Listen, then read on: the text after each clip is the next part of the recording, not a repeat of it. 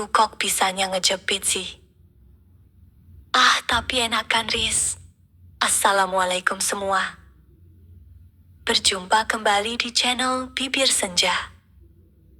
Sebelum kisah ini merambat ke titik-titik sensitif, pastikan lotion disimpan, tisu dilipat, dan posisi duduk nyaman. Kalau suara ini bikin jantung deg-degan, atau bagian lain mulai ikut tegang, jangan lupa like dan subscribe. Karena malam ini, imajinasi Anda akan kami ganggu perlahan dan dalam. Terima kasih dan selamat mendengarkan. Katanya, rumah yang ramai belum tentu membuat hati tak sepi. Apalagi kalau rumah itu hanya berisi bayangan masa lalu yang tak kunjung pergi. Namaku Rani. 35 tahun. Janda sejak usia 31. 4 tahun lebih, aku hidup sendiri di rumah kos peninggalan almarhum orang tuaku. Sebuah rumah besar di pinggiran kota yang kusulap menjadi tempat tinggal para mahasiswa. Kebanyakan lelaki. Aku tak keberatan. Asal mereka tertib, bayar tepat waktu, aku tenang. Aku memang tinggal sendiri di rumah itu. Kamar paling ujung, paling besar, dengan balkon menghadap kebun kecil di belakang rumah. Kos ini sepi, meski tiap malam kadang terdengar suara TV dari kamar anak-anak. Tapi jujur saja, yang paling sepi itu justru dadaku sendiri. Orang bilang aku cantik, beberapa bilang seksi. Aku tak tahu. Aku hanya merawat diriku seperti biasa. Kulitku masih cerah, tubuhku ramping meski usia makin naik. Aku suka memakai tank top dan short pants kalau di rumah. Tak ada yang melihat, kecuali mungkin 1-2 anak kos yang kebetulan lewat saat aku menyiram tanaman atau menjemur baju. Tapi aku tak peduli. Dulu aku peduli. Tapi sejak suamiku meninggal, lalu aku tahu kenyataan pahit bahwa ia selama ini lebih banyak memuaskan dirinya sendiri tanpa pernah memahami apa yang kubutuhkan. Aku menyerah. Hasratku mati bersama matinya kehangatan di ranjang pernikahan. Sampai suatu sore itu, sore yang pelan, saat matahari turun di balik genteng. Aku sedang memeriksa jemuran ketika aku mendengar suara pintu belakang terbuka. Aku mengintip pelan, dan di sana, duduk di kursi bambu, seorang pemuda, tanpa baju. Tubuhnya kekar, dada bidang, kulit kecoklatan, masih basah oleh keringat. Wajahnya teduh, rahangnya tegas. Ia menenggak air dari botol plastik, lalu mengusap lehernya dengan handuk kecil. Rizky, anak baru. Umurnya 23, katanya. Mahasiswa semester akhir yang kerja sambilan untuk bayar kuliah. Katanya juga, anak baik-baik, rajin ibadah, dan sopan pada semua orang. Tapi sore itu, tubuhnya yang mengilap, pelipis yang basah, dada yang naik turun karena lelah, membuat nafasku ikut berat. Aku sempat terpaku di balik tirai. Ada getar yang muncul. Perasaan aneh yang sudah lama mati, kini seperti bangkit dari kubur. Aku menghela napas panjang dan menutup tirai pelan, lalu masuk ke kamar, dengan pipi yang entah kenapa mulai hangat, dan dada yang berdebar sangat tidak sopan. Apa yang kau pikirkan, Rani? Kataku dalam hati. Tapi senyum kecil muncul juga di sudut bibirku. Senyum nakal yang sudah lama tak aku rasakan. Dan malam itu, saat aku berbaring sendirian di tempat tidur, tubuhku terasa lebih panas dari biasanya.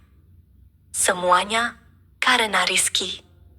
Hari-hari setelah sore itu terasa berbeda. Aku bangun dengan semangat yang aneh. Ada sesuatu yang membuatku rajin bercermin, memilih pakaian rumah yang agak lebih ketat, dan menyisir rambut lebih rapi daripada biasanya. Bukan untuk siapa-siapa, hanya untuk menyenangkan diriku sendiri. Itu yang kuucapkan berulang-ulang di depan kaca. Tapi aku tahu, itu bohong kecil yang manis. Aku mulai memperhatikan kapan Rizky keluar kamar. Biasanya pagi sebelum kuliah, dan sore sepulang kerja. Ia membantu bersih-bersih di sebuah gym dekat kampus. Pantas saja tubuhnya seperti pahatan. Tegap, padat, tidak seperti lelaki kebanyakan seusianya, yang sering mager dan lembek. Pagi itu, aku sengaja menyiram tanaman lebih pagi, mengenakan kaos putih tipis dan celana pendek denim. Rambutku sengaja kukepang satu sisi. Ada sedikit bedak dan lip gloss. Murni, karena ingin merasa segar, pikirku. Tapi begitu pintu kamarnya terbuka, dan aku melihat Rizky keluar dengan ransel. Aku tahu, aku sedang berdandan untuknya. Selamat pagi, Bu Rani. Sapanya sopan, dengan senyum lembut, yang membuat mataku ingin berlama-lama di wajahnya. Pagi Rizky, udah sarapan? Tanyaku, mencoba terlihat biasa saja. Belum sempat, Bu. Tadi kesiangan. Ya ampun, anak muda ini. Sini, ambil roti isi di meja. Ibu bikin lebih, kok. Ia tampak ragu. Tapi aku menatapnya sambil tersenyum. Senyum yang ku tahu bisa membuat lelaki tak berkedip setidaknya, begitu kata mantan suamiku dulu. Rizky akhirnya masuk ke ruang makan, mengambil sepotong roti, lalu duduk di kursi rotan dekat dapur. Aku berdiri tak jauh darinya, pura-pura sibuk membuka lemari bumbu. Tapi aku bisa merasakan tatapannya. Seperti ada sorot penasaran dan kagum yang tak bisa ia sembunyikan. Dan saat aku membalik badan sengaja tubuhku agak condong ke depan. Garis leher kaosku turun sedikit, menampakkan lekuk dada yang dari dulu jadi pusat perhatian. Aku tahu, dan aku membiarkannya. Rasanya seperti permainan rahasia, yang hanya kami berdua pahami. Aku melihat matanya sempat turun, lalu buru-buru kembali ke wajahku. Ia malu, tapi tak bisa mengalihkan pandangan. Dan jujur saja, itu membuatku hangat sampai ke dalam. Terima kasih rotinya, Bu. Saya berangkat dulu ya. Aku mengangguk pelan. Hati-hati ya, Nak. Jangan lupa makan siang. Ibu bisa bikinkan kalau sore masih lapar. Iya, Bu. Makasih banyak. Dan begitu pintu depan tertutup, aku duduk di kursi rotan itu. Masih hangat bekas tubuhnya. Aku pejamkan mata sebentar. Ada detak aneh di dadaku. Sesuatu yang selama ini tertidur kini terbangun perlahan. Bukan cuma karena tubuhnya, tapi karena tatapannya tadi. Membuatku merasa hidup kembali. Diinginkan. Dilirik. Sesuatu yang tak pernah kuterima dari lelaki manapun setelah kepergian suamiku.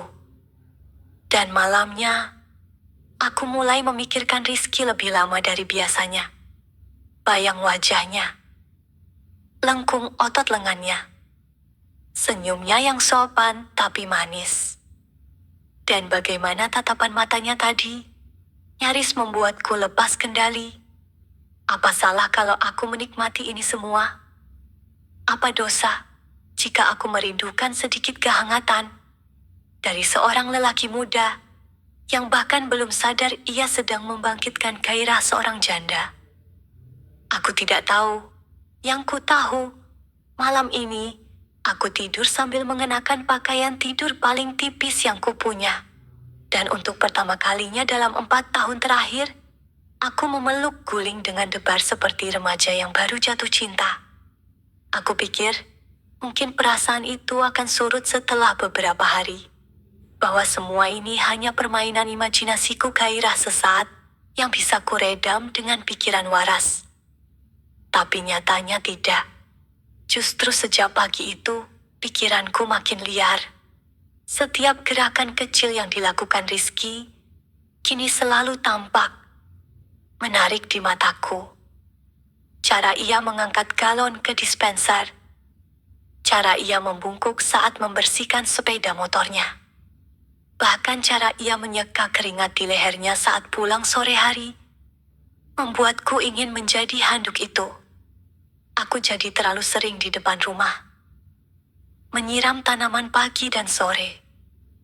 Padahal, selama ini cukup seminggu sekali. Aku hanya ingin melihatnya keluar kamar, atau pulang kerja, atau setidaknya lewat di depanku. Kadang-kadang, Tuhan seolah mengabulkan doaku. Hari itu, matahari terik menyinari halaman. Aku sedang duduk di ayunan kecil sambil membuka tablet, mencoba menyusun daftar belanja bulanan. Tapi sejujurnya, aku tak membaca apa-apa. Mataku tertuju pada sosok di ujung halaman. Rizky. Ia baru pulang dari tempat kerjanya. Kaos hitamnya basah oleh keringat. Ia melempar ransel ke kursi teras lalu berdiri sejenak menghadap ke arah luar pagar. Entah kenapa, ia mencopot kaosnya begitu saja. Memperlihatkan tubuh kekar itu dadanya bidang, lengan berotot, dan perutnya yang rata. Napasnya masih tersengal. Dan aku tak bisa memalingkan pandangan. Bibirku tanpa sadar terbuka sedikit. Aku merasakan jantungku berdetak cepat. Dan perutku menggelitik seperti ada kupu-kupu yang berputar di dalamnya. Tubuh itu membuatku membayangkan hal-hal yang seharusnya tidak kubayangkan. Tapi aku juga wanita. Dan wanita juga berhak memiliki rasa ingin. Bukankah aku telah cukup lama menahan diri? Aku berdiri perlahan dan berjalan mendekat. Berpura-pura mengecek pot gantung di dekat kursi Rizky. Capek Rizky? Tanyaku ringan, berdiri tak jauh darinya. Ia tersentak sedikit, lalu tersenyum sopan. Bu Rani, iya nih, baru kelar dari gym. Banyak yang kotor. Aku menatapnya dari ujung mata, lalu mengangguk pelan. Gak panas ya kerja begitu? Kamu sampai buka baju segala? Tanyaku, setengah menggoda. Ia tertawa kecil, sedikit canggung. Hehe, maaf Bu, gak sengaja, refleks aja. Gerah banget soalnya. Gak apa-apa kok, Ibu juga ngerti kok. Kadang tubuh itu butuh udara. Ucapku, dengan nada yang sedikit lebih rendah dari biasanya. Dan mataku tak sengaja menatap dadanya. Lama sekali. Dan saat aku menengadah menatap matanya, aku tahu, ia menyadarinya. Rizky tak berkata apa-apa. Tapi aku menangkap sorot canggung di matanya. Dan entah kenapa, bukan rasa malu yang muncul dariku. Justru semacam kemenangan kecil yang membuat dadaku bergetar nikmat. Kami diam beberapa detik. Hening, lalu aku berdeham kecil. Nanti malam kamu ada acara? Enggak, Bu. Kenapa ya? Aku mau masak ayam kecap. Favorit anak-anak kos katanya. Kamu jangan makan di luar dulu ya. Oke, siap Bu. Wah, terima kasih banyak. Sore itu berlalu, tapi bayang tubuhnya tidak. Dan malam harinya, saat ia duduk di meja makan dan menyantap masakanku, aku duduk di seberangnya sambil sesekali memperhatikan cara ia mengunyah, cara ia menggenggam sendok, dan cara matanya kadang menatapku, lalu buru-buru menunduk. Aku tahu, aku bukan satu-satunya yang bergetar malam itu. Dan ketika ia pamit kembali ke kamar, aku hanya bisa berdiri di balik pintu dapur, menatap punggungnya yang semakin menjauh, sambil menggenggam sisi meja erat-erat. Tubuh itu, tatapan itu, dan aroma samar dari keringatnya yang tadi menempel di kursi rotan. Malam ini aku tahu, aku tak akan bisa tidur dengan tenang. Dan entah sejak kapan, bayang tubuh Rizky mulai lebih sering hadir di pelukanku, dibanding kenangan masa lalu yang sudah lama mati. Hari itu langit tampak gelap sejak sore. Awan menggumpal seperti menahan sesuatu yang berat. Udara terasa lembab, dan burung-burung mulai turun lebih cepat dari biasanya. Aku bisa merasakan firasat aneh, entah tentang cuaca, atau tentang hatiku yang sejak beberapa minggu ini mulai tak mengenal arah. Aku berdiri di depan jendela ruang tengah, memandangi halaman yang mulai basah oleh gerimis. Satu persatu tetes air jatuh di atap seng belakang. Lalu disusul kilat dan petir menyambar. Listrik padam. Seluruh rumah tiba-tiba gelap. Hanya suara hujan deras yang kini memecah kesunyian. Aku bergegas mengambil lilin dari laci dapur. Tanganku sedikit gemetar. Bukan karena takut, tapi karena entah kenapa hati ini mulai berdebar lebih cepat. Gelap seperti ini selalu membangkitkan rasa-rasa yang selama ini ku pendam dalam sunyi. Saat lilin menyala dan cahayanya menari pelan di dinding ruang tengah, aku duduk sejenak. Lalu terdengar suara langkah tergesa dari arah lorong. "Bu Rani, Bu, maaf ganggu." Aku menoleh cepat. Di ambang pintu, berdiri Rizky basah kuyup, hanya mengenakan celana training dan jaket tipis yang sudah menempel ketat di tubuhnya. Rambutnya basah, meneteskan air ke lantai. "Aduh, kamu kenapa Rizky?" "Maaf, Bu, pintu kamar saya kekunci dari dalam. Saya keluar sebentar ke warung sebelum hujan. Pas balik pintunya nggak bisa dibuka. Terus, HP ketinggalan di dalam, dan ya gelap juga." Aku berdiri, mendekat.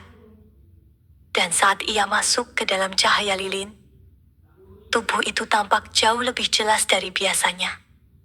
Jaketnya basah dan melekat, memperlihatkan garis otot dadanya, dan celana basah itu.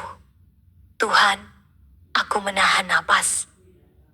"Aduh, sini-sini, masuk dulu. Kedinginan ya?" "Iya Bu, sedikit."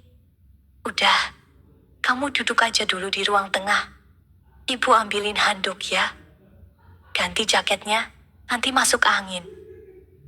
Aku berjalan ke lemari, mengambil handuk bersih, dan kaos longgar milik almarhum suamiku. Saat aku kembali, Rizky sudah duduk di sofa rotan. Lampu lilin membuat wajahnya terlihat hangat, dan menawan dalam cara yang menyesakan. "Sini, kamu pakai ini," ucapku sambil menyerahkan handuk dan kaos.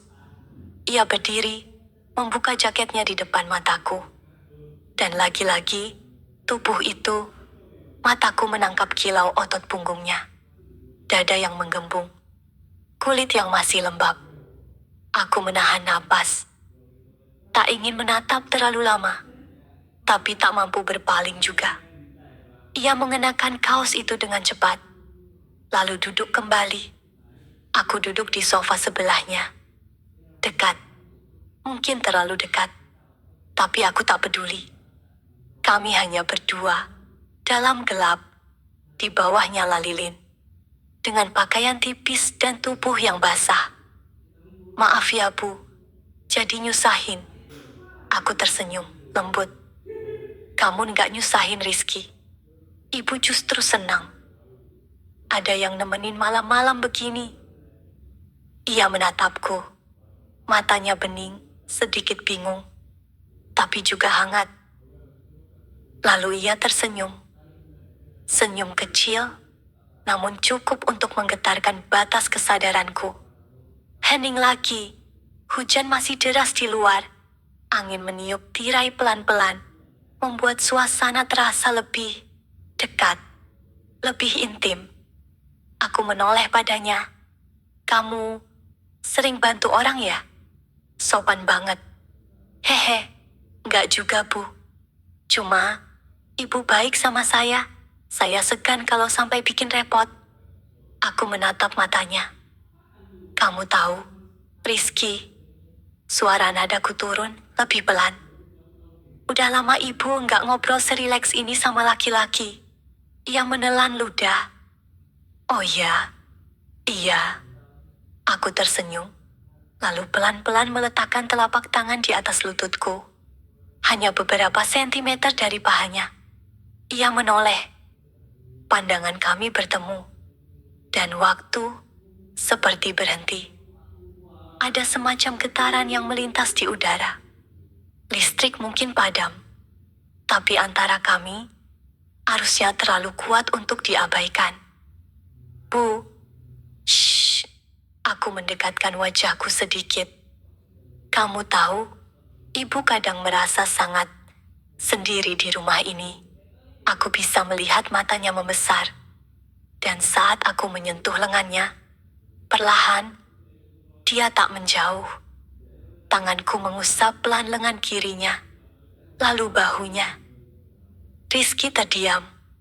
Nafasnya mulai memburu. Dan ketika aku menggeser tubuhku lebih dekat, dada kami nyaris bersentuhan. Aku bisa mendengar detak jantungnya. Kencang. Dan kupikir, detakku jauh lebih liar dari itu. Tapi sebelum aku melangkah lebih jauh, aku menahan diri. Aku hanya menyandarkan kepalaku di bahunya, pelan, lembut, dan dia membiarkannya.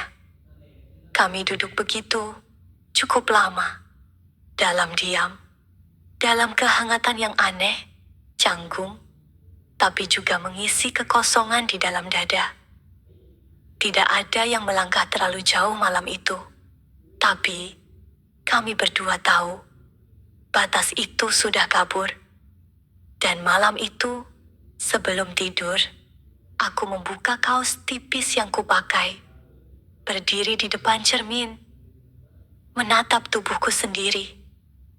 Untuk pertama kalinya dalam hidupku, aku merasa cantik karena dilihat. Bukan karena ingin diperhatikan, tapi karena ingin disentuh. Sudah 5 hari sejak malam gelap itu. Malam di mana aku menyandarkan kepala di bahu Rizky. Dalam keheningan yang penuh getaran. Tapi jujur saja, getaran itu tak pernah benar-benar mereda. Ia justru terus tumbuh, seperti bara kecil yang kututupi daun kering. Makin kutahan, makin membakar diam-diam. Sejak malam itu, Rizky jadi lebih hati-hati. Atau mungkin justru lebih sering mencuri pandang. Aku tak tahu. Tapi aku bisa merasakan. Ada sesuatu yang berubah dalam tatapan matanya. Ada keraguan, sekaligus kerinduan. Dan aku sangat mengenali perasaan itu. Karena aku juga sedang mengalaminya. Dan aku semakin tak bisa berpura-pura.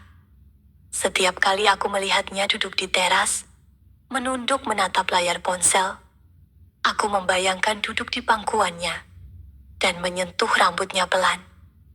Setiap kali ia mengangkat galon, aku membayangkan bagaimana tangan itu menyentuh pinggangku. Setiap kali ia berbicara, aku membayangkan bibir itu menyentuhku bukan dengan kata, tapi dengan sesuatu yang lebih diam, lebih dalam, dan lebih mengguncang dari sekadar suara. Sampai akhirnya, sore itu datang. Langit sedang cerah. Aku sengaja menyuruh 2 ART pulang lebih awal. Rumah cukup tenang. Hanya suara kipas angin dan radio kecil di dapur yang mengalun pelan. Aku sedang mencoba resep baru. Ayam goreng madu dan tumis tauge. Tak banyak, hanya untuk 2 porsi. Ya, 2. Aku tak akan makan sendiri sore ini. Aku menunggu seseorang. Dan benar saja, Rizky pulang sedikit lebih awal dari biasanya. Kaosnya lengket oleh keringat, dan ransel disampirkan di bahu dengan malas. Ia membuka pagar, lalu menatapku di dapur. Matanya menyipit karena silau. Tapi kemudian ia tersenyum. Senyum yang, entah kenapa, membuatku ingin menarik kerah kaosku turun lebih rendah. Wah, udah wangi masakannya dari luar, Bu, katanya sambil melepas sepatu. Aku menoleh pelan. Iya dong, ini buat kamu. Katanya kemarin suka ayam madu. Rizky terlihat agak kaget. Loh, buat saya semua? Ya masa buat Pak RT? Udah, mandi dulu sana. Nanti dingin ayamnya. Ia tertawa kecil, mengangguk, dan masuk. Saat ia lewat di belakangku menuju kamar mandi, aku mencium samar aroma tubuhnya yang masih basah keringat. Dan tubuhku seperti disengat aliran panas yang datang entah dari mana. Aku duduk menunggu di ruang makan. Menata 2 piring, 2 sendok, 2 gelas. Ku pasang juga musik jazz pelan dari speaker kecil. Rumah itu mendadak terasa seperti tempat kencan rahasia. Dan jantungku berdetak seperti remaja yang baru pertama kali ingin disentuh lelaki. Rizky keluar dari kamar mandi dengan kaos putih dan celana kain.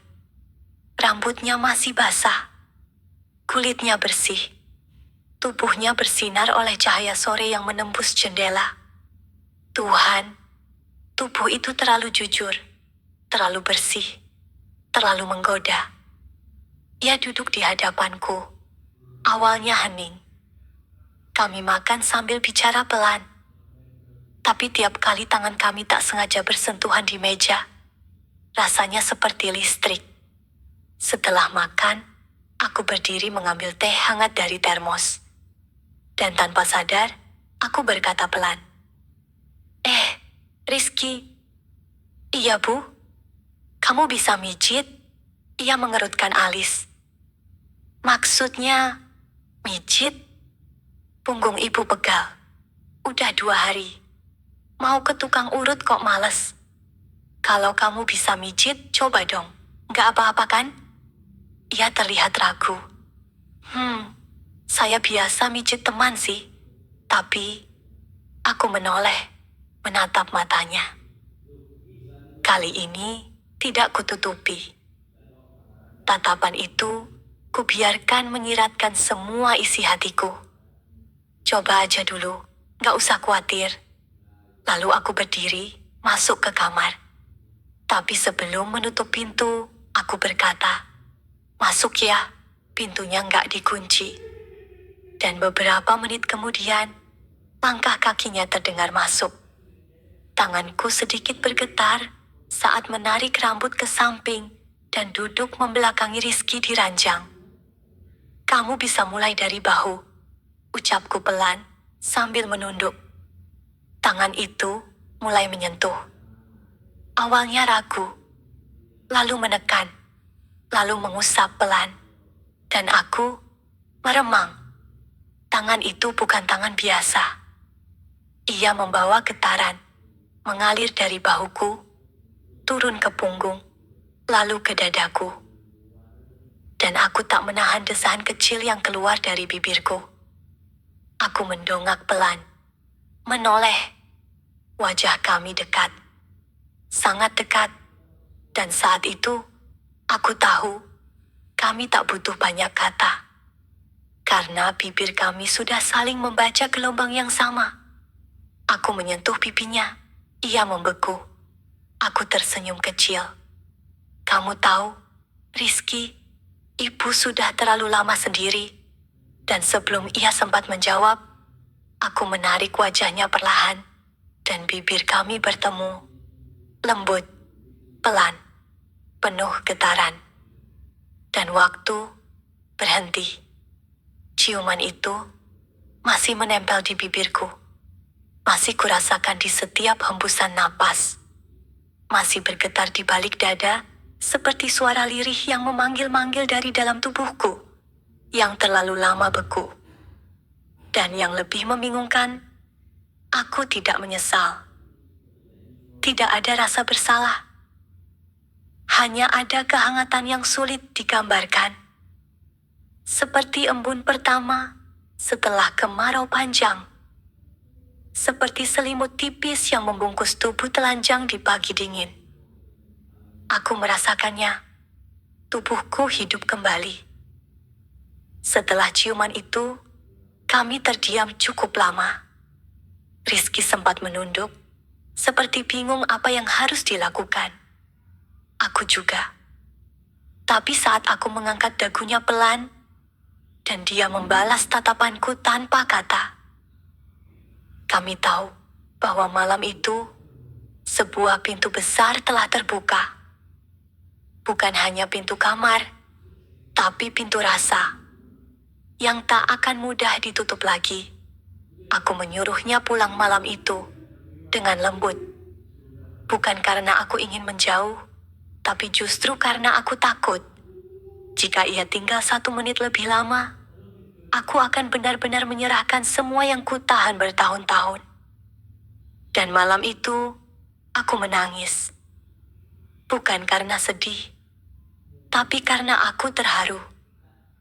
Karena untuk pertama kalinya, ada seseorang yang menyentuhku, bukan karena kewajiban, bukan karena kuasa, tapi karena ingin.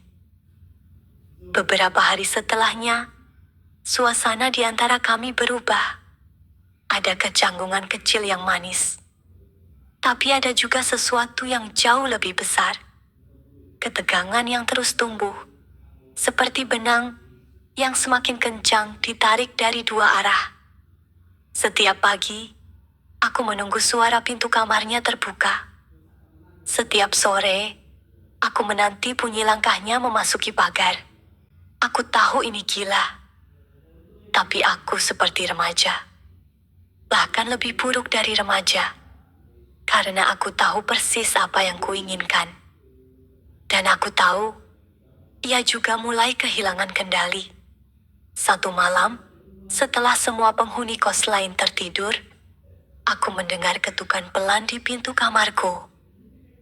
Bukan ketukan keras. Hanya 2 kali. Sangat lembut. Seperti pertanda rahasia. Aku membuka pintu. Dan di sana, ia berdiri. Dengan kaos gelap dan celana pendek. Matanya menatapku seperti ingin berkata sesuatu. Tapi tak tahu bagaimana memulainya. Aku hanya berkata pelan, "Masuk." Dia melangkah pelan. Pintu kututup perlahan. Kami berdiri beberapa langkah. Diameter. Lalu aku mendekat. Tanpa kata. Dan dia memelukku. Pelukan yang pertama. Pelukan seorang laki-laki muda yang awalnya kaku. Lalu berubah menjadi erat, hangat, dan berani. Tangannya melingkari pinggangku. Tubuhnya menempel penuh pada tubuhku. Dan aku bisa merasakan detak jantungnya. Kencang. Tak teratur. Tapi jujur saja, detakku lebih kacau. Aku gak tahu kenapa aku kesini, Bu, bisiknya. Aku menarik kepalanya pelan dan menempelkan dahiku ke dahinya. Karena kamu butuh pelukan. Sama seperti aku. Kami berdiri begitu selama beberapa menit. Tak ada desahan, tak ada tawa. Hanya diam, dan tubuh yang saling membaca bahasa yang tak pernah diajarkan buku atau khutbah. Lalu aku mengajaknya duduk di tepi ranjang. Aku mengambil minyak kayu putih dari laci. Kukatakan pelan, "Punggungmu kayaknya tegang, duduk sini." Dan dia menuruti. Kupijat pelan bahunya, lehernya, punggungnya. Aku menekan bagian-bagian yang kusentuh dengan lembut. Dan setiap kali ia menghela napas pelan, aku Aku merasa seolah dirinya lah yang sedang menyembuhkan aku. Di tengah pijatan itu, dia menoleh. Wajah kami kembali hanya sejengkal. Dan kali ini, dia yang menciumku duluan. Lebih dalam, lebih lama, lebih penuh hasrat. Dan aku tak menolak. Aku membalas ciuman itu, sambil menahan gemetar di ujung jari. Tanganku memeluk lehernya, dan tubuh kami bersatu dalam dekapan yang tak lagi mengenal jarak. Tapi sebelum segalanya benar-benar melebur, aku menghentikan diri. Aku menatap matanya. Kita pelan-pelan ya Rizky. Jangan terburu-buru. Ibu cuman gak mau ini jadi sesal nanti. Ia mengangguk. Dan dalam suaranya yang parau, ia berkata, aku gak pernah mau nyakitin ibu. Aku cuma ngerasa ibu bikin aku hidup. Dan saat ia memelukku lagi, lebih erat. Aku tahu, malam itu tak akan kulupakan seumur hidup. Bukan karena kami tidur bersama, tapi karena untuk pertama kalinya, aku merasa dicintai. Bahkan tanpa harus melepas baju. Sejak malam itu, sejak pelukan hangat di balik pintu, dan ciuman panjang yang nyaris, membuat tubuhku melebur dalam dekapan Rizky. Aku tahu, aku tak bisa kembali. Ada bagian dari diriku yang sudah kuserahkan padanya. Bukan tubuh, tapi lebih dalam dari itu. Kepercayaanku, kerinduanku, dan hasrat yang selama ini kutidurkan dengan paksa. Sekarang semua itu hidup. Dan lebih liar dari yang bisa kubayangkan. Hari-hari berikutnya terasa aneh, indah, tapi juga menegangkan. Kami seperti dua pemeran dalam drama sunyi, yang harus tersenyum biasa saat penghuni kos lain lalu lalang. Tapi saling mencuri pandang ketika tak ada yang memperhatikan. Setiap sentuhan kecil tangan yang tak sengaja bersentuhan saat membereskan meja, kaki yang bersenggolan saat duduk di ruang tamu, atau tatapan cepat yang segera dibuang, semuanya seperti kode-kode rahasia yang hanya kami mengerti. Dan malam-malam adalah siksaan manis. Karena aku tahu, dia hanya berjarak beberapa langkah dari kamarku. Dan aku tahu, kami sama-sama terjaga di balik pintu masing-masing. Dengan rasa yang makin tak bisa ditahan, sore itu, rumah sedang sepi. 3 anak kos sedang pulang kampung. 2 lainnya belum pulang kuliah. Dan Rizky sedang membersihkan motor di garasi belakang. Aku mengintip dari jendela dapur. Kaosnya naik setengah, menyeka keringat dari leher. Perutnya rata, kulitnya kecoklatan, dan garis ototnya. Tuhan, kenapa aku merasa berdosa hanya karena memandangi punggung lelaki muda itu? Aku ingin bicara dengannya, tapi aku juga takut. Bukan karena salah, tapi karena aku tahu, jika kami berdua dibiarkan sendirian lebih lama, tak ada jaminan aku bisa menahan diri. Tapi rasa itu terlalu kuat. Aku keluar, berdiri di ambang pintu belakang, membawa 2 gelas teh dingin. Hei, sapaku. Rizky menoleh. Wajahnya sedikit terkejut, lalu tersenyum. Ibu, wah, pas banget, haus banget ini, katanya sambil mengambil gelas dari tanganku. Aku ikut duduk di bangku panjang dekat tembok. Ia duduk di sebelahku, hanya beberapa senti. Kami bicara ringan, tentang kuliahnya, tentang rencana magang, tentang motor tuanya yang suka mogok. Tapi perlahan, pembicaraan bergeser. Rizky, iya bu, kamu gak takut? Ia mengernyit. Takut apa? Hubungan ini, apa yang kita mulai? Kita beda jauh. Umur, status. Kamu masih muda. Aku, ibu cantik, potongnya. Aku menoleh cepat. Ibu, lebih dari cantik. Dan saya nggak peduli orang mau bilang apa. Aku terpaku. Dadaku panas. Bukan marah, tapi karena hatiku seperti runtuh perlahan. Aku menunduk, menyeka pelipis yang tak berkeringat. Kamu belum tahu dunia, Rizky. Kamu belum tahu luka yang bisa ditinggalkan oleh hubungan seperti ini. Kamu belum pernah dihina karena jatuh cinta pada orang yang tak seharusnya. Dia diam, lalu pelan-pelan meraih tanganku. Menggenggamnya erat, hangat. Saya nggak pernah merasa dipaksa, Bu. Dan saya nggak pernah ngerasa ini salah. Aku menoleh. Dan seperti sore-sore sebelumnya, wajah kami terlalu dekat. Dan kali ini, aku tak ingin menahan diri. Aku menyentuh pipinya. Ia menutup mata. Dan bibir kami bersentuhan pelan, tapi penuh. Tidak terburu-buru, tapi seperti dua arus sungai yang akhirnya menyatu. Dan saat ciuman itu terlepas, aku hanya berbisik. Malam ini, temui aku. Malam itu, rumah sepi. Lampu kamarku padamkan. Hanya satu lilin kecil di meja rias. Cukup menerangi bayangan tubuhku di cermin. Aku mengenakan gaun tidur tipis. Leher rendah. Belahan paha. Warna merah muda. Bukan untuk menggoda, tapi karena ingin merasa cantik. Untuknya, ketukan pelan terdengar.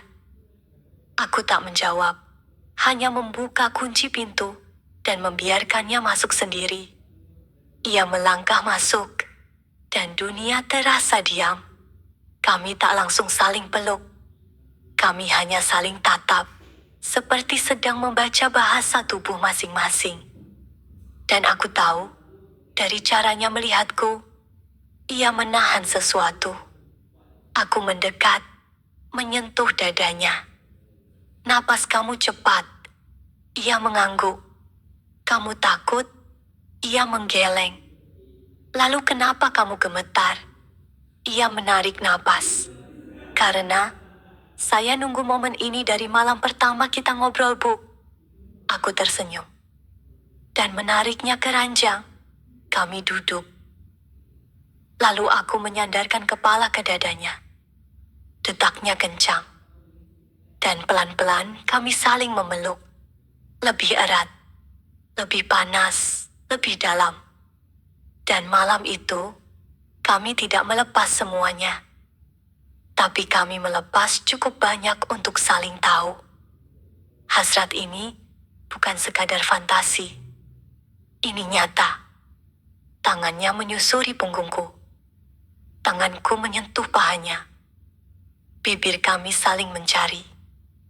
Tubuh kami saling menempel. Di antara gemetar, desah pelan, dan helaan napas yang tak pernah terdengar begitu indah. Kami tidak berhubungan malam itu.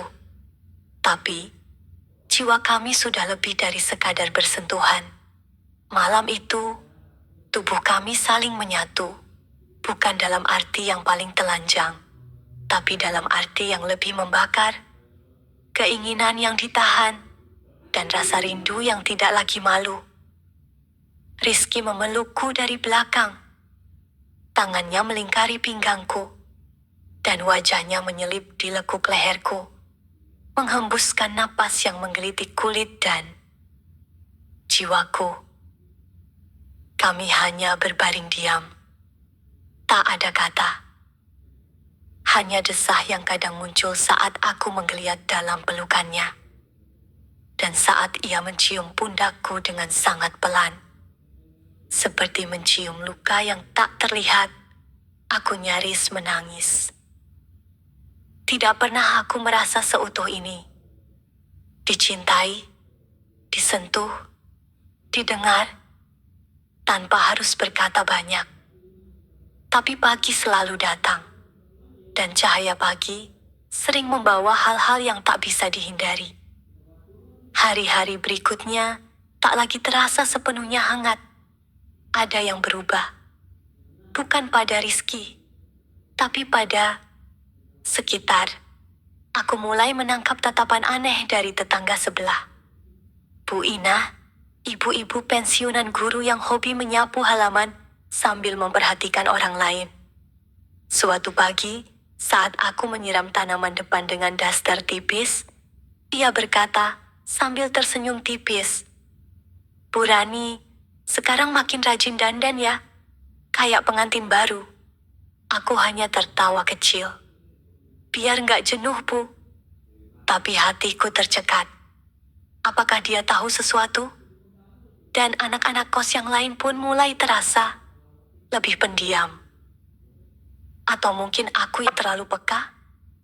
Tapi aku bisa merasakannya. Suasana di meja makan, di teras, bahkan di dapur.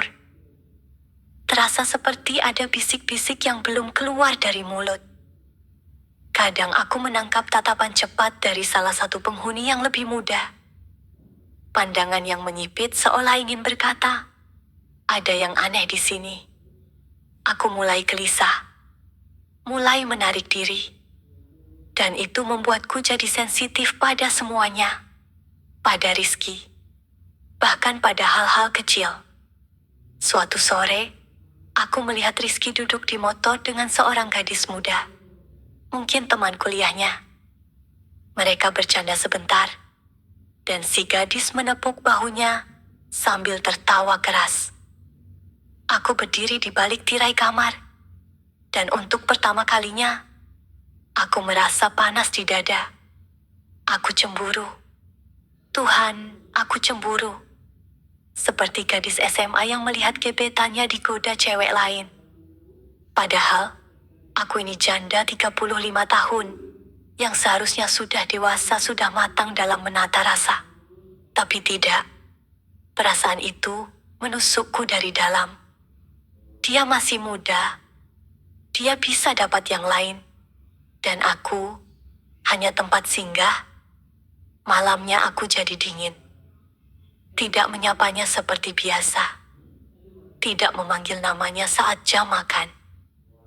Dan saat ia mengetuk pintu kamarku, aku tidak membukanya.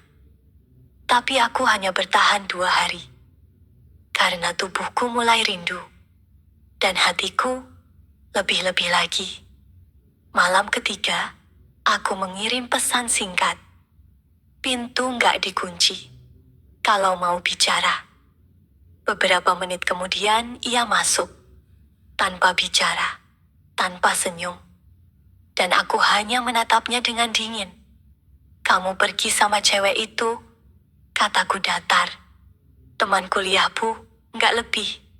Aku tertawa sinis. "Kamu pikir aku sebodoh itu?" Ia mendekat. "Saya nggak pernah main-main, Bu. Saya cuman punya ibu di sini." Aku menahan tangis, tapi dadaku sudah terlalu penuh. "Kalau kamu beneran sayang sama ibu, jangan bikin ibu ngerasa kayak selingkuhan. Jangan bikin ibu cemburu sama gadis-gadis yang seumuran kamu."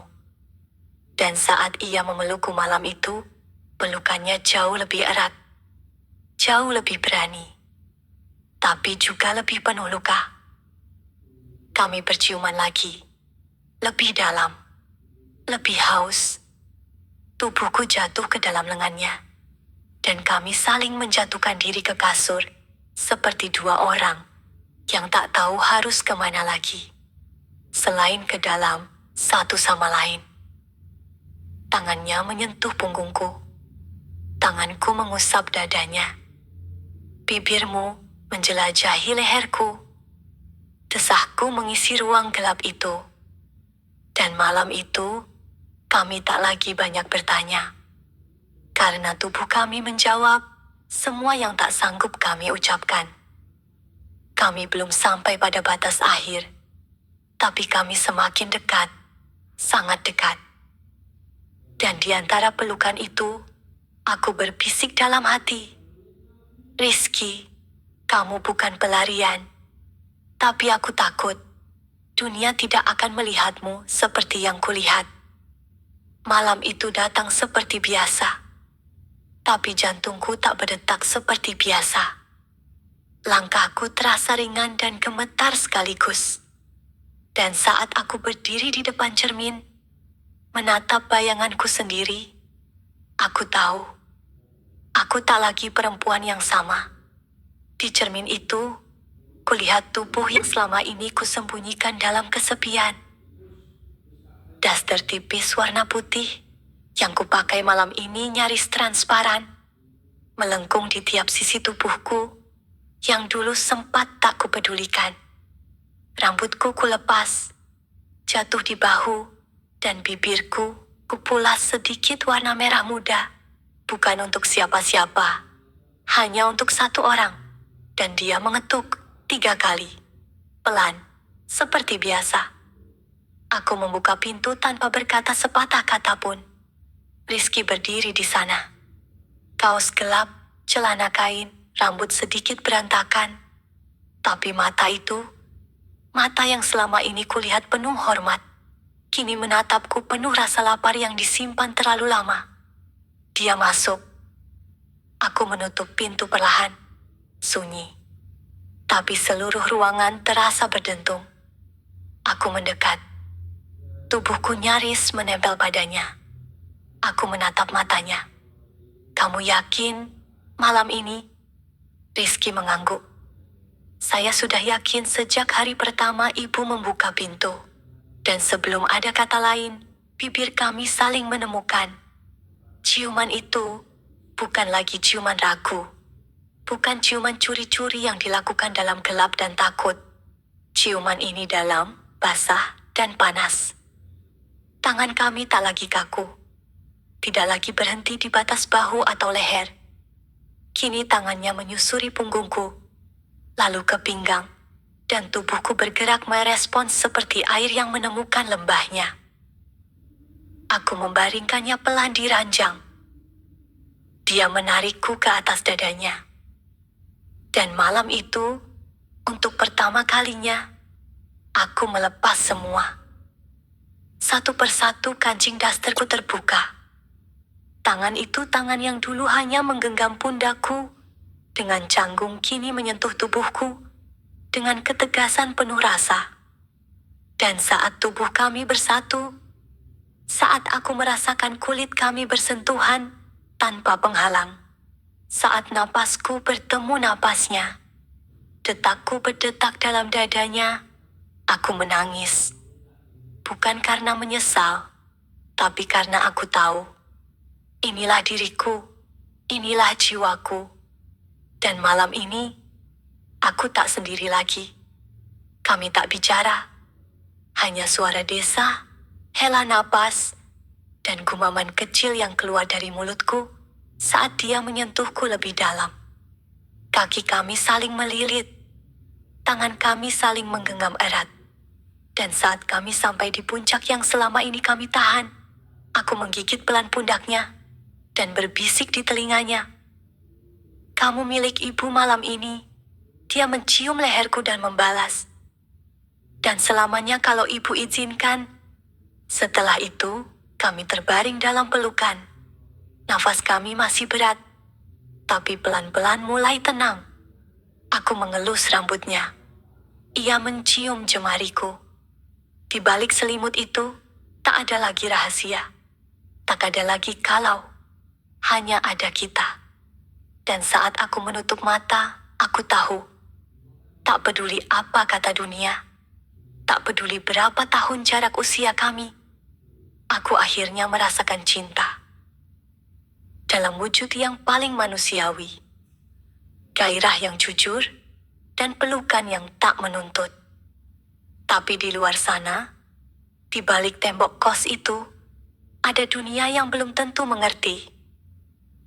Dan saat pagi datang, dengan suara motor anak kos yang baru pulang ronda, dan langkah-langkah di dapur, aku hanya bisa menarik napas panjang sambil membenahi rambutku dan berkata dalam hati, apakah cinta harus selalu sembunyi, hanya karena tubuhku tak lagi semudah miliknya. Pagi itu, aku bangun lebih dulu. Mentari belum sepenuhnya muncul, tapi sinar lembutnya mulai menyusup ke sela tirai. Aku menoleh ke samping, dan di sana, Rizky masih tertidur.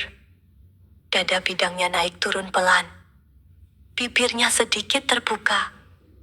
Rambutnya berantakan, tapi damai. Sangat damai. Aku menyentuh pipinya perlahan, dan saat jari-jariku menyapu pelipisnya, aku tak bisa menahan senyum. Beginikah rasanya memiliki seseorang bukan hanya di ranjang, tapi juga di hati. Semalaman kami saling menyatu. Dalam banyak hal, tubuh kami menari bersama ritme napas. Jiwa kami saling memeluk dalam diam. Tidak ada kata cinta terucap, tapi segala sentuhan itu sudah cukup menjelaskan. Setelah Rizky kembali ke kamarnya menjelang pagi diam-diam, dengan langkah pelan, dan hati-hati aku duduk sendirian di ruang tengah, menyeduh teh, mencoba menenangkan sesuatu dalam dadaku yang terus menggelegak. Bukan rasa bersalah, tapi ketakutan.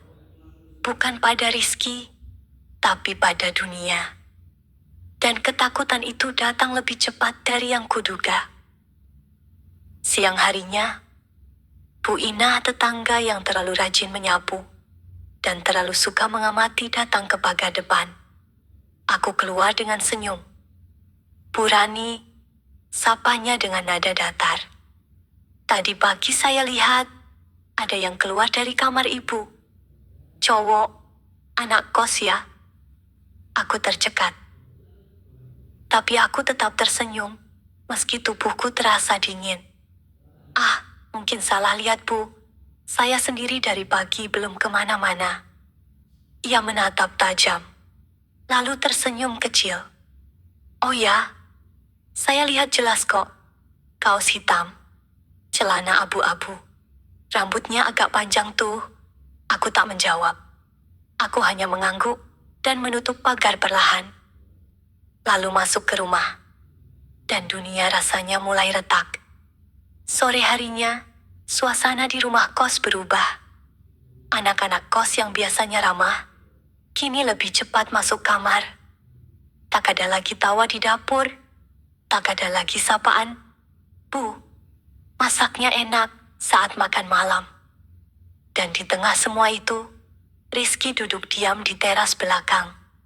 Aku menyusulnya. Duduk di sampingnya. Sunyi beberapa saat. Bu Ina, lihat kamu keluar kamar ibu tadi pagi, kataku pelan. Ia menunduk. Saya tahu, kamu juga lihat tatapan anak-anak kos lain. Ia mengangguk. Wajahnya tegang. Rahangnya mengeras. Kalau orang tuamu tahu, Rizky, aku yang tanggung jawab, Bu. Aku menyentuh bahunya. Ini bukan cuma soal tanggung jawab. Ini soal kenyataan. Aku menarik napas panjang, lalu berdiri, menatap langit senja yang mulai oranye. Kita gak bisa terus begini. Dunia ini gak akan pernah cukup lembut untuk memahami cinta yang seperti ini. Ia berdiri pelan, mendekat, lalu meraih tanganku. Tapi saya sayang sama ibu. Bukan cuma tubuh ibu, tapi semuanya. Senyum ibu, tatapan ibu, cara ibu bilang sini, makan dulu. Semuanya. Aku menahan air mata. Tapi tak bisa. Aku juga sayang kamu, Rizky. Tapi aku gak bisa melihat kamu dikucilkan hanya karena memilih jatuh cinta pada janda 30-an yang jadi pemilik kos. Ia menggenggam tanganku lebih erat. Jangan ngomong begitu. Aku tersenyum. Tapi ada getir di sudut bibirku. Kalau suatu saat kamu harus pergi, karena kerja, karena hidup, karena dunia yang gak ramah ini, Aku rela. Asal malam-malam, kita tetap kamu simpan. Jangan buang. Ia memelukku. Erat. Di halaman belakang. Di bawah langit senja. Pelukan yang terasa seperti perpisahan. Meski belum ada yang benar-benar berakhir. Malam itu, aku menuliskan sesuatu di buku harianku. Cinta ini tumbuh dalam diam. Berkembang dalam rahasia. Tapi terlalu indah untuk disesali. Dan terlalu dalam untuk disembunyikan selamanya. Jika ia harus pergi, biarlah ia pergi membawa seluruh bagian jiwaku yang pernah mati, lalu ia hidupkan kembali. Dan untuk pertama kalinya setelah sekian lama, aku berdoa. Bukan meminta agar Rizky tetap di sini, tapi agar cinta ini tidak menjadi luka. Aku selalu percaya, yang paling menyakitkan dari cinta bukanlah kehilangan, tapi melepas perlahan orang yang masih kita genggam. Melepas, bukan karena rasa itu hilang, tapi karena kenyataan mengetuk terlalu keras. Dan kita tahu, tak selamanya rumah bisa berdiri di atas tanah yang terus berguncang. Sejak kejadian itu, sejak Bu Inah membuka percakapan pagi dengan tatapan yang terlalu tajam aku, dan Rizky tak lagi sebebas dulu. Malam-malam kami tak lagi diisi pelukan dan ciuman panjang. Lebih banyak diam, lebih banyak pandang-pandangan dari jauh. Tapi justru dari kejauhan itulah, aku tahu, kami masih saling mencintai. Mungkin bahkan lebih dari sebelumnya. Ada rasa sayang yang tumbuh lebih dewasa. Tak lagi sekadar dibalut hasrat, tapi oleh pengorbanan kecil yang tak terlihat. Rizky mulai jarang masuk ke kamarku. Bukan karena enggan, tapi karena aku memintanya. Aku tahu dia menahan, aku juga.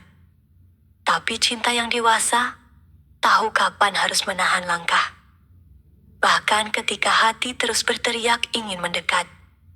Hari itu, aku melihat selembar surat terbuka di meja ruang tamu.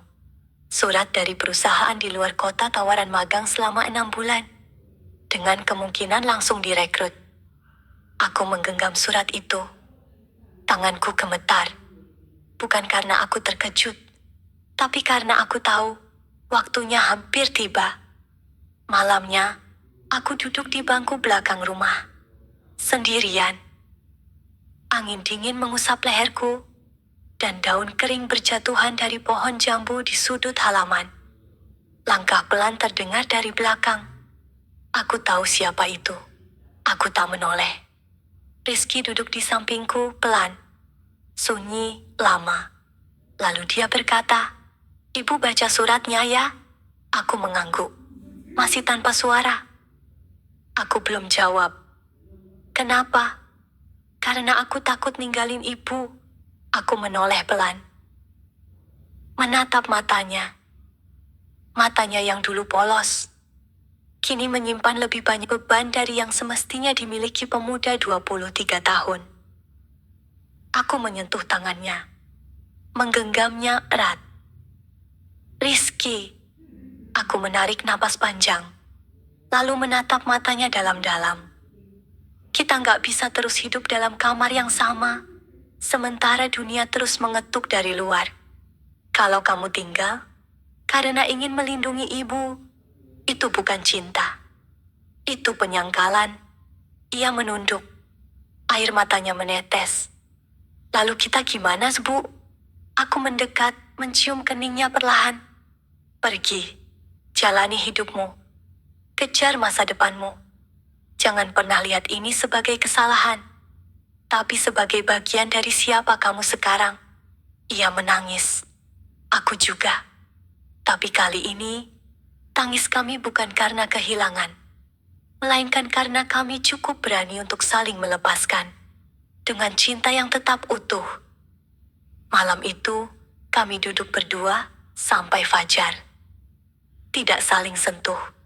Tidak lagi saling cium. Hanya duduk diam dua hati, yang tahu bahwa kisah mereka tak bisa dilanjutkan di dunia nyata.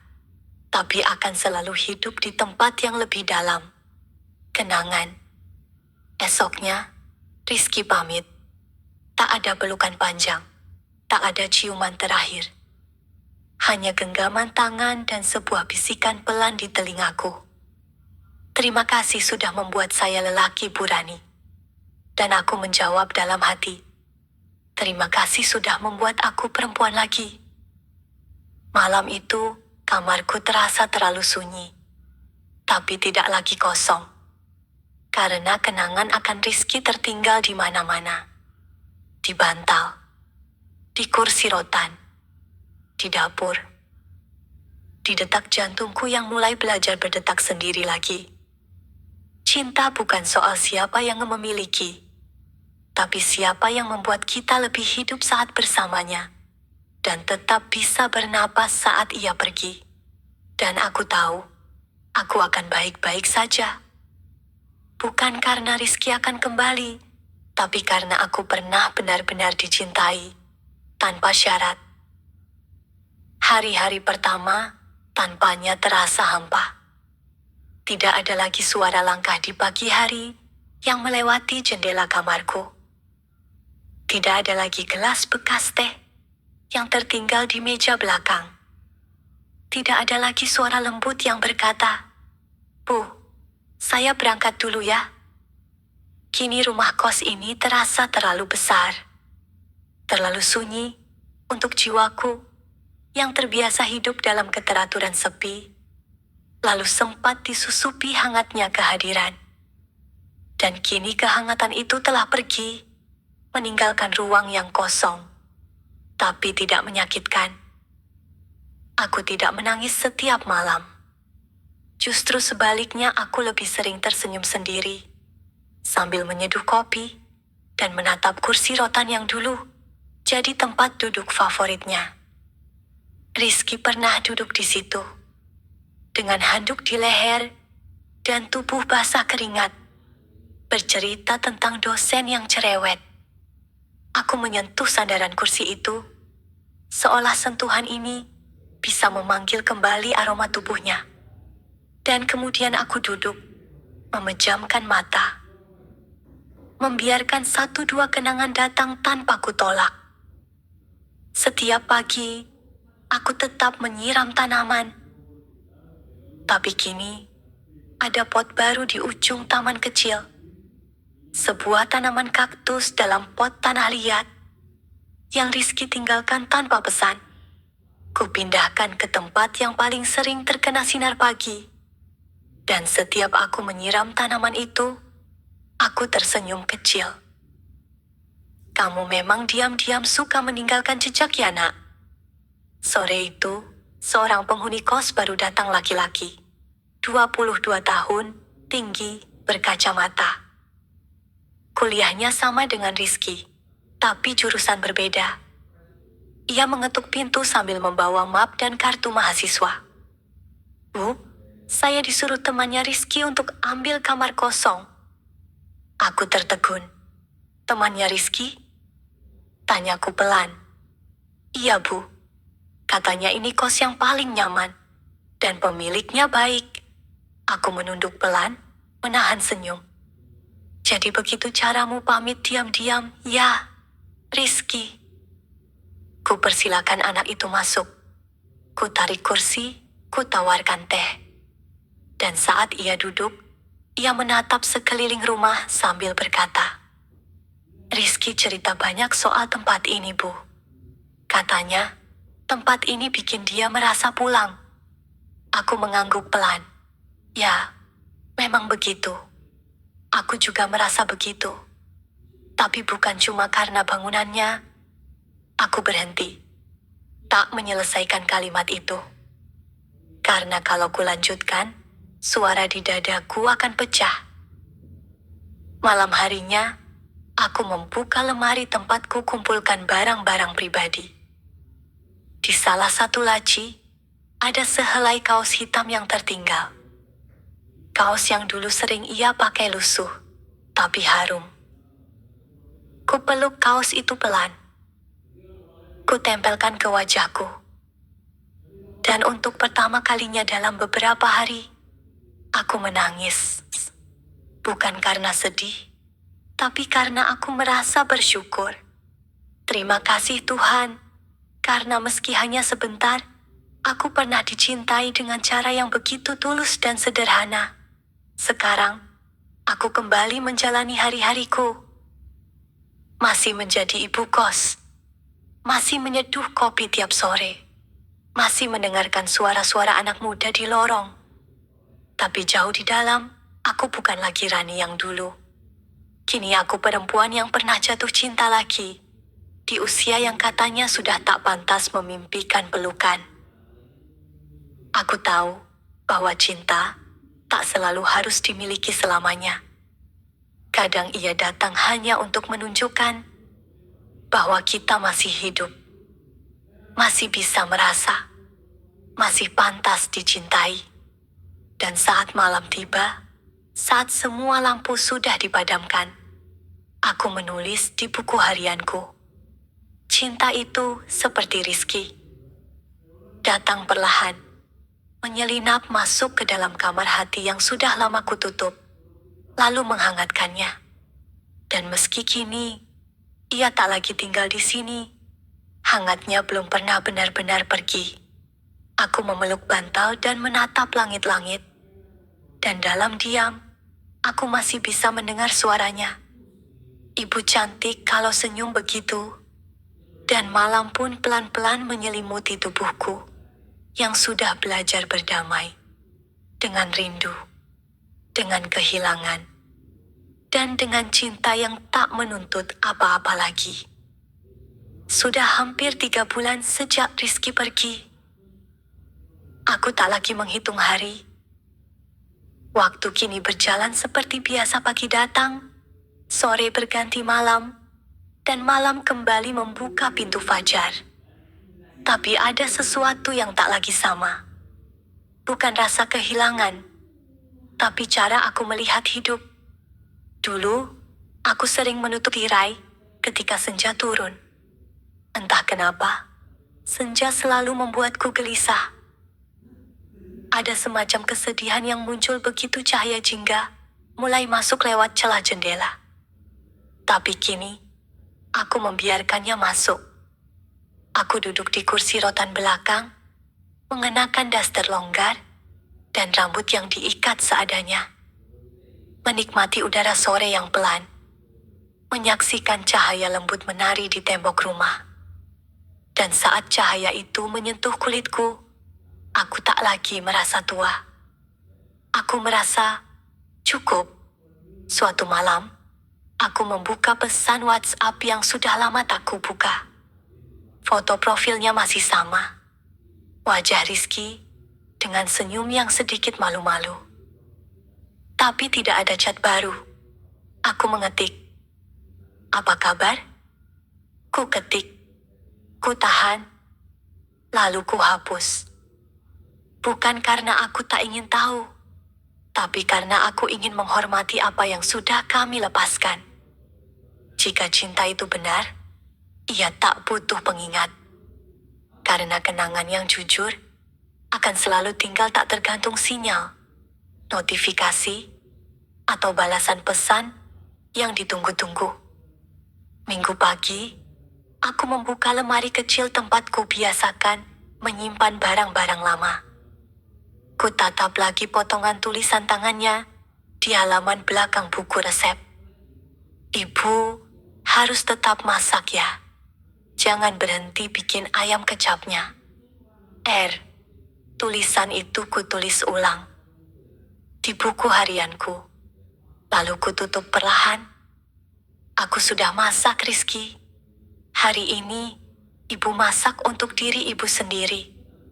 Dan rasanya tetap enak. Kos kini tetap berjalan. Anak-anak baru datang dan pergi. Salah satu dari mereka bahkan pernah berkata, "Bu Rani itu kalau ngomong adem banget. Serasa punya ibu sendiri." Aku tersenyum waktu itu. Tapi jauh di dalam, aku tahu. Aku sudah jadi seseorang yang baru. Bukan karena Rizky mengubahku, Tapi karena aku mengizinkan cinta itu masuk dan tak lari saat ia memeluk luka-luka lamaku. Kini aku tahu bahwa usia bukan batas untuk merasakan getaran. Bahu yang telah menopang beban bertahun-tahun masih boleh disandari. Dan hati yang pernah patah bisa berdetak lebih hangat, lebih tenang, lebih dalam. Malam itu, aku duduk sendiri di beranda atas. Langit gelap, angin pelan. Di tanganku, secangkir teh hangat.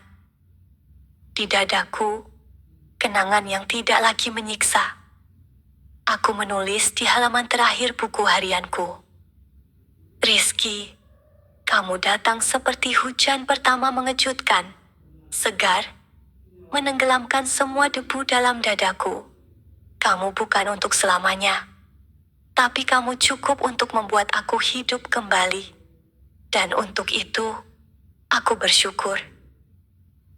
Karena cinta tidak harus bertahan untuk tetap tinggal. Aku menutup buku itu, meletakkannya di meja, lalu menarik napas dalam-dalam dan membiarkannya keluar sebagai senyum yang panjang. Dan untuk pertama kalinya dalam hidupku, aku merasa lengkap, meski sendirian. Kosong, tapi tidak sepi. Karena cintaku yang dulu sembunyi-sembunyi, kini sudah menjadi bagian dari diriku. Bagian yang tidak ingin kulupakan, tapi juga tak harus kukejar. Pesan moral, cinta sejati tak selalu harus memiliki. Kadang, cinta hadir bukan untuk dimiliki selamanya, tapi untuk menyembuhkan bagian terdalam diri yang pernah mati rasa. Dan ketika saatnya tiba, cinta yang dewasa tahu kapan harus melepaskan, bukan memaksa.